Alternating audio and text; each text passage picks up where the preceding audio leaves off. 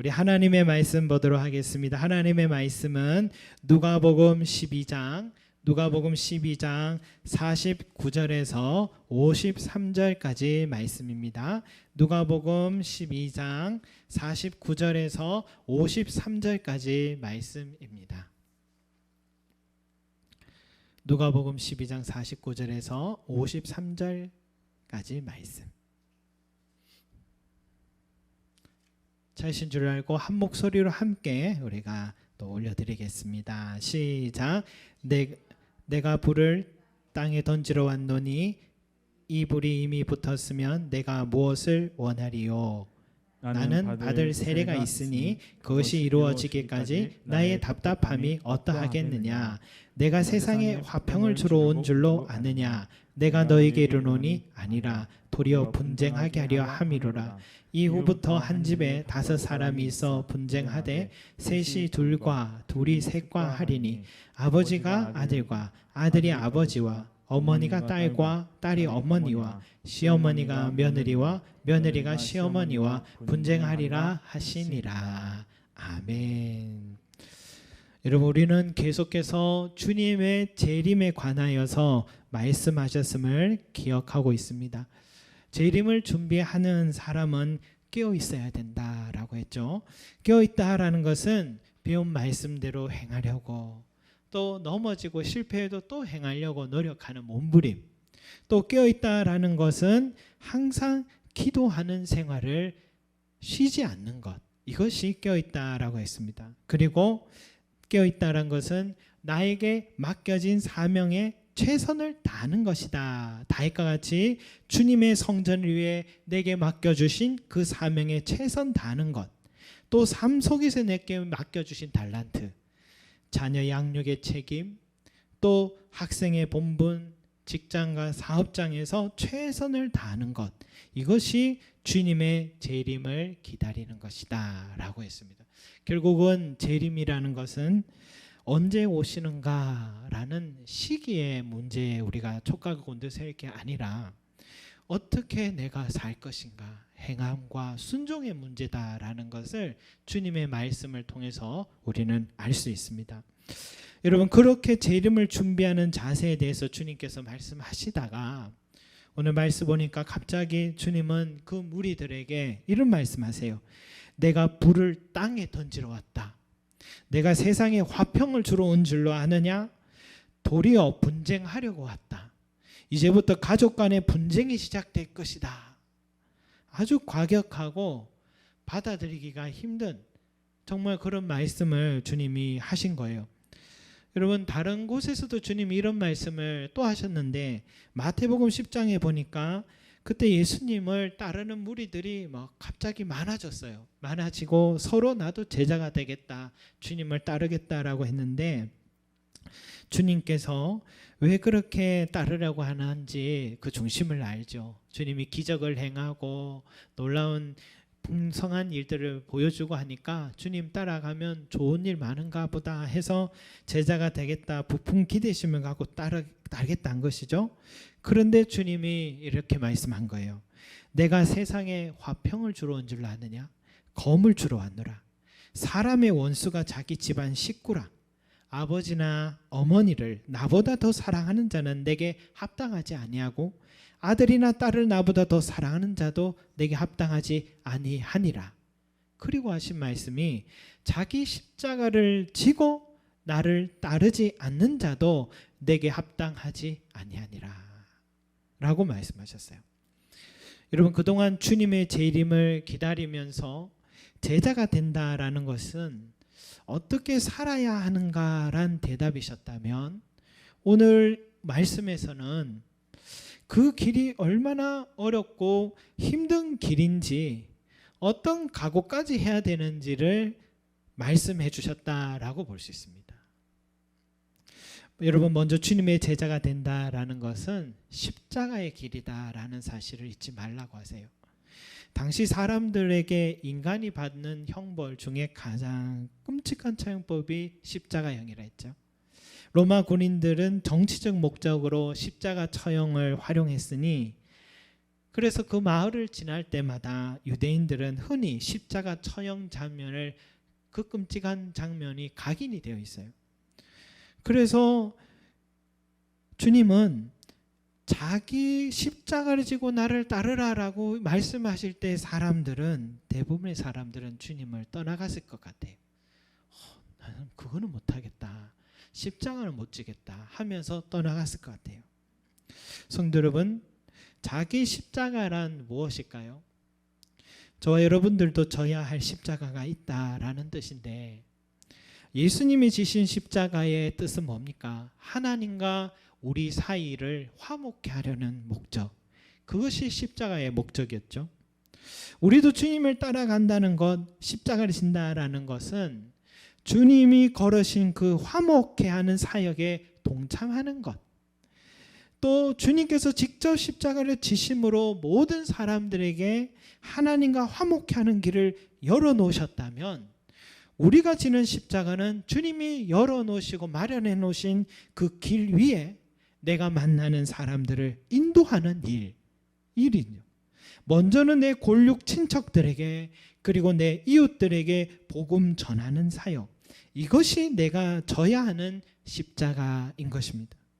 자기 십자가를 지다 보면 사도들과 초대교회 성도들처럼 사람들에게 따돌림도 당하고 문전박대도 당하고 헐벗기도 하고, 때론 주님처럼 생명도 내어놓아야 하는 순간까지 가게 되는 것이죠. 주님을 따른다라는 것은 영광의 길이 아니라는 것을 이 십자가란 단어로 주님께서 우리에게 말씀해 주셨습니다. 여러분, 또 다른 의미에서 자기의 십자가란 무엇일까요? 우리 삶 속에서 져야 하는 십자가입니다. 어떤 이에게는 육체적인 연약함이 십자가가 될 수 있습니다. 사도 바울은 자신에게는 육체의 가시가 있다라고 그렇게 말을 했죠. 그런데 구체적으로 어떤 것인지는 말하지 않았지만 분명히 육체적 고통이에요. 어느 주석에는 정신적 질환으로서 볼 수도 있다 합니다. 근거가 있는 것 같아요. 바울이 내 육체의 가시 곧 사탄의 사자를 주셨다라고 이렇게 표현을 했거든요.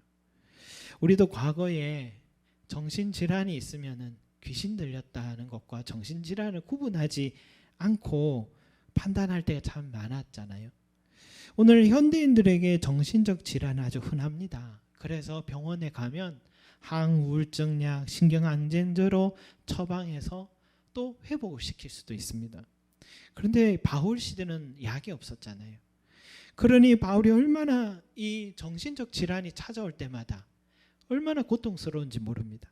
그래서 그는 그런 질병이 떠나가게 해달라고 일생에 3번이나 간절하게 주님께 기도했다라고 고백합니다. 그런데 주님은 단호하게 이렇게 말씀하세요. 내 은혜가 내게 족하도다. 내 능력이 약한 데서 온전하여짐이니라 라고 주님께서 바울의 이 기도를 거절하셨죠.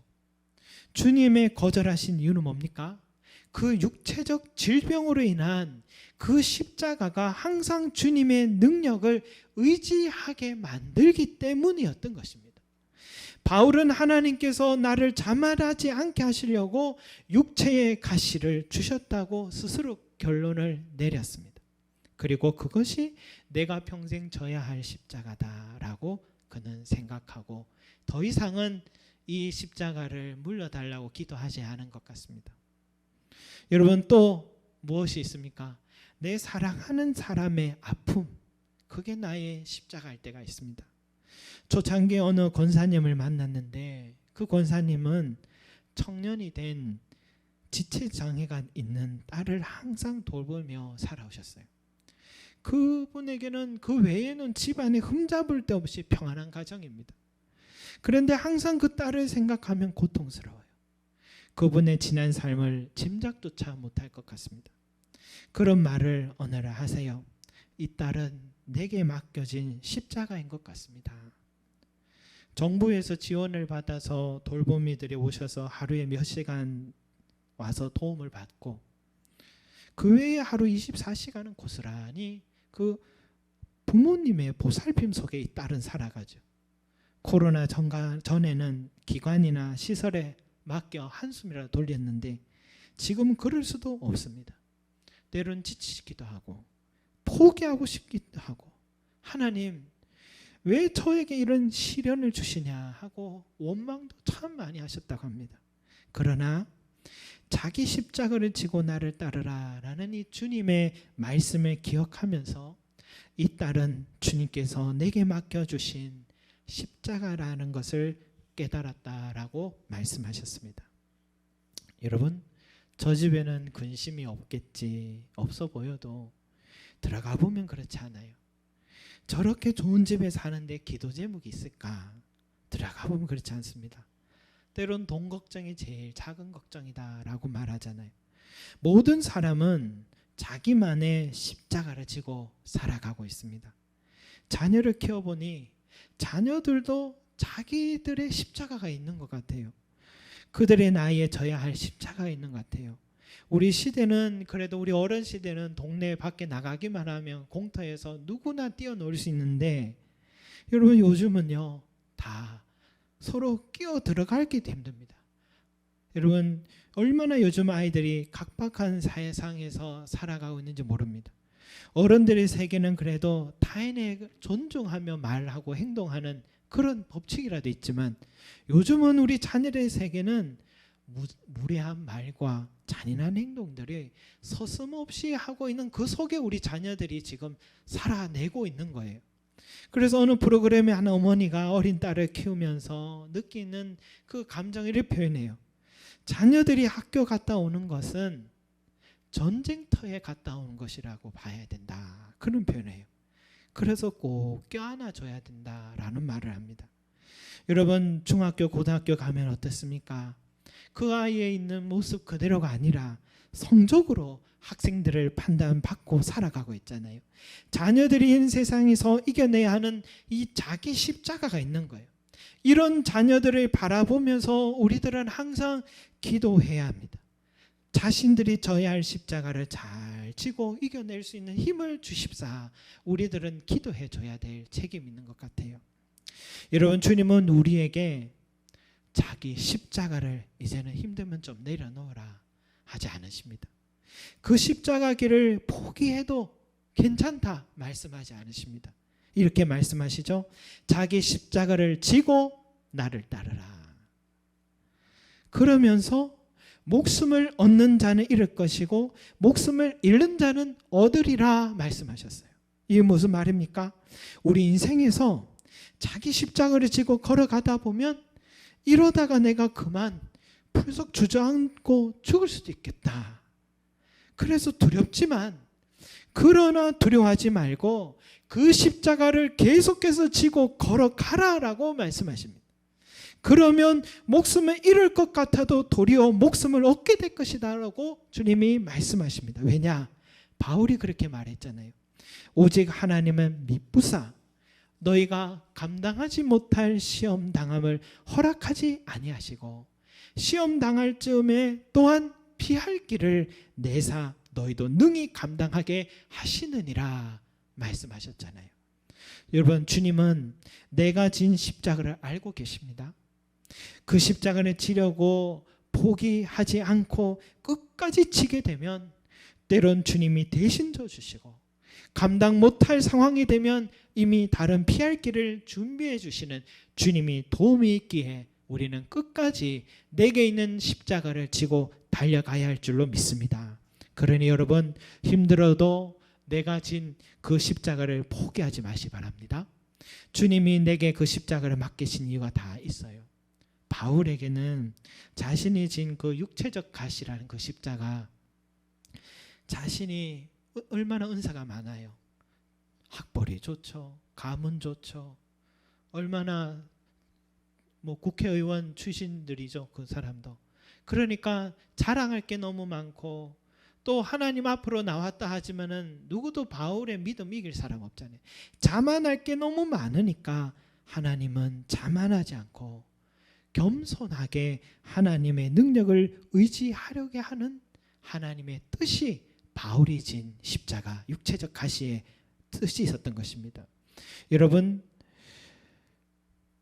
그러니 포기하지 마시고 인내하시고 주님의 뜻을 기다리시고 내게 주어진 그 십자가를 묵묵히 지고 걸어가시기 바랍니다. 자기 십자가를 끝까지 지고 걸어가는 그 사람은 주님께서 재림하실 때에 영광의 면류관으로 우리에게 상을 베풀어 주실 것입니다. 또한 여러분, 재림을 준비하며 제자의 길을 걷는 사람은 53절에 보니까 어떤 일이 있답니까? 아버지와 아들이, 어머니와 딸이, 시어머니와 며느리가 분쟁이 일어날 것이다, 그렇게 말했어요. 여러분, 가족 간의 분쟁 경험해 보셨습니까? 요즘처럼 이 코로나 시대 되니까 2년째 자녀들이 학교에도 안 가고 집에 같이 있으니까 여러분, 방학이 언제까지인가 싶어요. 여러분, 2년째 방학입니다 지금. 그러니까 어머니들은 자식을 위해 삼시세끼 밥을 준비해 줘야 되고, 자식들은 항상 내 생활이 감시받는 듯한 이 잔소리를 많이 들어야 되니까 서로 갈등과 분쟁이 날 수밖에 없죠. 그래서 요즘은 이 가족 간의 분쟁을 흔하게 경험하고 있습니다. 그런데 오늘 예수님의 이 분쟁은 조금 더 다른 차원의 분쟁을 말하는 것 같아요. 이 거창고등학교라는 학교가 있는데 그 학교를 설립한 고 정영창 교장 선생님이 그 학교를 설립하면서 직업 선택의 10계명을 쓰셨는데 유명해요. 1계명, 월급이 적은 쪽을 택하라. 2계명, 내가 원하는 곳이 아니라 나를 필요로 하는 곳으로 택하라. 3계명, 승진의 기회가 거의 없는 곳을 택하라. 그리고 쭉 가서 9계명 가면 부모나 아내가 약혼자가 결사 반대하는 곳이면 틀림없다. 의심치 말고 가라. 뭐 이런 내용이 10계명에 있어요. 여러분, 현대를 살아가는 우리 모두가 추구하는 것과는 정반대의 이야기들이죠. 특히 9계명, 가족들이 반대하는 쪽이면 틀림없다. 그곳으로 가라. 이 말이 뭡니까 여러분? 옳은 길을 택하면 반드시 가족들과 분쟁이 일어날 것이라는 뜻입니다. 가족들이 악해서 그런 게 아니에요. 가족들은 누구나 내 자식이 출세도 하고 남부럽지 않게 살아가기를 바라지 고생하는 길을 원하지 않습니다. 실제로 이 고 전영찬 교장 선생님은 그 당시에 유명한 대학교의 부학장직 자리를 마다하고 시골 거창의 작은 학교의 교편을 잡으셨다라고 합니다. 이 길 선택하실 때 짐작만 하지만 그 당시에 가족들이 제일 반대했을 것 같아요. 얼마나 분쟁이 일어났겠습니까? 요즘 틈틈이 응답하라 1988이라는 드라마를 저는 뒤늦게 좀 보고 있습니다. 참 추억도 또 재미있고 또 감동도 있습니다. 여러분, 드라마에 이런 내용이 있어요. 반지하에 살아가는 한 가정이 나오는데, 근데 이 가정은 가난하지만 밥상머리에서 티격태격 하면서 오순도순 살아가는 그런 가정입니다. 정겨워요. 그 집에는 첫째 딸이 그런 어려운 가정에도 서울대학을 다니고 있습니다. 그 집에는 그 첫째 딸이 꿈이고 희망입니다. 그런데 착실하게 공부만 하고 그렇게 잘 커올 줄 알았던 딸이 어느 날 체류탄 속에서 데모하고 공공장소를 점거하고 있는 딸의 모습을, 가족이 밥 먹다가 그 딸의 모습을 보게 된 거예요. 텔레비로. 가족들이 충격받았습니다. 어머니 아버지는 그날부터 집에 돌아온 딸을 방 안에 가두고는 한 발짝도 나가지 못하게 지키기 시작했어요. 부모는 딸의 앞날이 걱정이요, 딸은 부모가 세상의 정의를 외면하는 이 부모가 원망스럽고, 그래서 분쟁이 난 거예요. 내 집에 가장 사랑하는 딸이 여러분 그 희생의 자리에 서서 데모를 한다면 그 길이 아무리 의롭고 정의로운 길이라 해도 그 험한 길은 걷지 않길 바라는 게 모든 부모의 마음이잖아요. 그 분쟁 속에서도 또 딸은 몰래 집 밖으로 틈을 내서 또 나가서 경찰서 잡혀가고, 부모는 경찰서 가서 잘못했다고 사장하면서 또 다시 딸을 풀어내는 장면을 우리가 보고 있습니다. 이런 부모의 장면에서, 부모의 입장에서 기대했던 딸이 데모를 하고 앞날이 맡길 것 같으면 눈앞이 캄캄하게 되는 거죠. 가족 간의 분쟁이란 여러분, 이래서 서로 간에 고통스러울 수 있습니다. 고통스러울 수 있어요. 여러분, 왜 주님께서 나를 따르다 보면 가족 간의 분쟁이 날 것이다 말씀하셨을까요? 주님 따른다라는 것은, 주님 말씀에 순종하며 살아간다는 것은 가족 간의 분쟁의 고통만큼 그 이상으로 힘들고 어려운 길이다라는 것을 말해주는 것입니다. 때로는 하나님의 뜻을 위해서 가족의 만류도 뿌리칠 수 있는 결단까지도 요구되는 게 주님을 따르는 길이다라고 주님이 말씀하신 거예요. 성경에 누가 그런 삶을 살았는가 생각해 보니까 아브라함이 그런 사람이에요. 하나님께서 하나님의 말씀 듣고 그 뜻에 순종하기 위해서 갈대아 우르 땅을 떠나 척박한 그 가나안 땅으로 그는 떠나게 됐지만, 성경에 나오지 않았지만 아버지 데라와 큰 분쟁이 있었을 것 같아요. 일평생 살아온 그 신도시 갈대아 우르 땅을 왜 떠나자고 하냐면서, 여러분, 아브라함은 허락하지 않았을 것 같아요. 그럼에도 불구하고 아브라함은 하나님의 뜻에 순종하면서 부모의 고향 갈대아 우르 땅을 이 믿음으로 떠나 하나님이 지시한 척박한 땅 가나안 땅으로 이르게 된 것입니다. 여러분, 아브라함의 자식 이삭도 자기를 모리아 산에서 희생 제물로 바치려 할 때 충분히 나이 많은 아버지를 밀쳐서 분쟁할 수 있었습니다.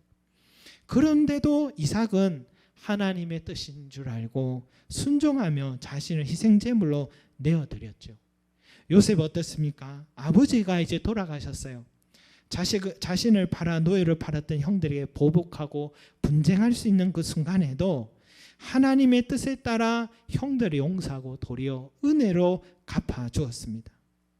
왜요? 그게 하나님의 마음이라는 걸 알았기 때문이죠. 다윗은 장인과 분쟁 중에도 자기를 그렇게 죽이려 했던 장인 사울 왕에게 여러 번의 보복을 할 수 있었지만 하나님께서 기름 부으신 왕이라고 그의 생명을 지켜줬죠. 요나단은 어떻습니까? 가만히 있어도 아버지의 왕위를 이어받아 이스라엘의 2대 왕이 될 사람인데, 그러나 다윗의 의로움을 위하여서 기꺼이 아버지와 분쟁을 감당했습니다. 하나님의 뜻을 먼저 생각한 것입니다. 여러분, 가족 간의 분쟁이란 고통 속에서도 하나님의 뜻을 택한 정말 그 또 한 분은 누구냐? 우리 예수님이십니다. 아버지의 뜻을 누구보다 잘 아셨지만 예수님은 솔직히 이 잔을 옆으로 밀치고 싶었죠. 겟세마네 기도 시간은 아버지와 아들의 분쟁의 시간이었습니다. 그 속에서 결국 예수님은 하나님 아버지의 뜻에 순종하고 그 길을 선택하고 걸어갔죠. 그래서 주님이 이렇게 말씀하신 거예요. 나는 받을 세례가 있으니 그것이 이루어지기까지 나의 답답함이 어떠하겠느냐라고 했어요. 여기서 세례란 물 세례가 아니라 여기에서 말씀하신 이 세례는 우리의 모든 죄를 씻기 위해 져야 하는 그 십자가를 말하는 것입니다. 나의 답답함이 어떠하겠느냐라는 말은 주님의 심정을 말하는 대목이에요. 하나님의 아버지의 뜻을 순종하기 위해서 자신을 죽이기까지 해야 하는 그 고통과 답답함을 어떻게 해야 했겠습니까?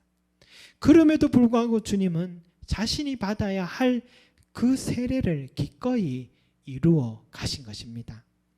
사랑하는 성도 여러분, 각자가 지신 십자가, 때론 여기까지인가 하며 포기하고 싶을 때도 주님께서 감당할 만큼 시험을 주시고 반드시 피할 길을 마련해 주신다고 약속하신 그 주님을 의지하고 끝까지 지고 걸어가시기 바랍니다. 더불어서 주님께서 먼저 세례를 이루셨습니다.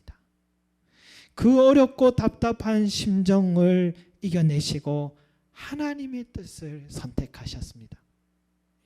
여러분, 내 뜻이 아니라, 내 사랑하는 가족들의 뜻이 아니라 하나님의 뜻 앞에 순종하시는 저와 여러분들이 되시기를 소망합니다.